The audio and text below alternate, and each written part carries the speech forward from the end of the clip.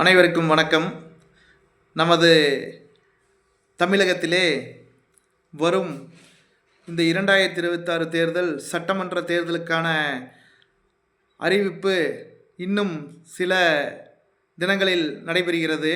ஆகையால் ஒவ்வொரு அரசியல் கட்சிகளும் பலவிதமான ஆயுதங்களை மக்களின் ஓட்டுக்காக நிறைய பயன்படுத்தி வருகிறார்கள்.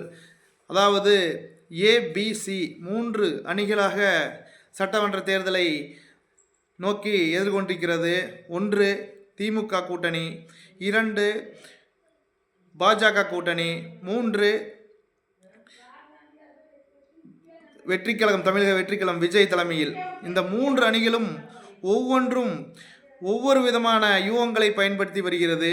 அதாவது திமுக அரசு அனைத்து மகளிருக்கும் இலவசங்களை வழங்கி இந்த 2026 தேர்தல் வெற்றி பெற்றே ஆக வேண்டும் என்ற சூழ்நிலையில் கண்டிப்பாக நாம் வெற்றி பெற வேண்டும் என்ற நோக்கத்தில் மகளிருக்கு, முக்கியமாக மகளிருக்கு முன்னுரிமை கொடுத்து தமிழக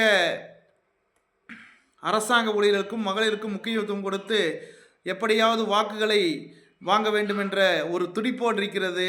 2வது பிஜேபி கூட்டணி, பாஜக கூட்டணியின் பலத்துடன் இறங்கி எப்படியாவது இந்த தேர்தலிலே வெற்றி பெற்றே ஆக வேண்டும் என்ற நோக்கத்தில் அனைவரையும் ஒன்றிணைத்து களத்தில் குதிக்க தயாராகிறது. விஜய் தலைமையில் விஜய் இப்பொழுது தனது தொண்டர்களையும் அனைவரையும் சேர்த்து இந்த தேர்தலில் நாம் வெற்றி பெறுவோம் என்ற நோக்கத்தில் பல யூகங்களை வழங்கி வருகிறது. ஆனால் வெற்றி வாய்ப்பு என்பது இந்த தேர்தலிலே மும்முனை போட்டி, சரியாக போட்டியாக இருக்கும். ஏனென்றால் இளைஞர்களின் வாக்குகள் அதிகமாக விஜய்க்கு விழ ஆரம்பிக்கும்.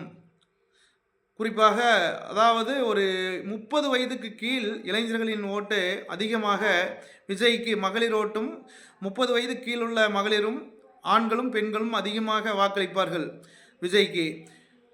2வது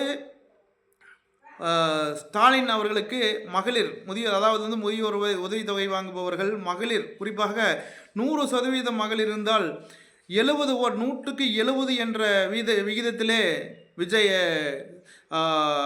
திமுக கூட்டணி 100க்கு 70 என்ற வாக்குகளை வித்தியாசத்திலே மகளிர் ஓட்டை திமுக வாங்கும். மேலும் பிஜேபி கூட்டணி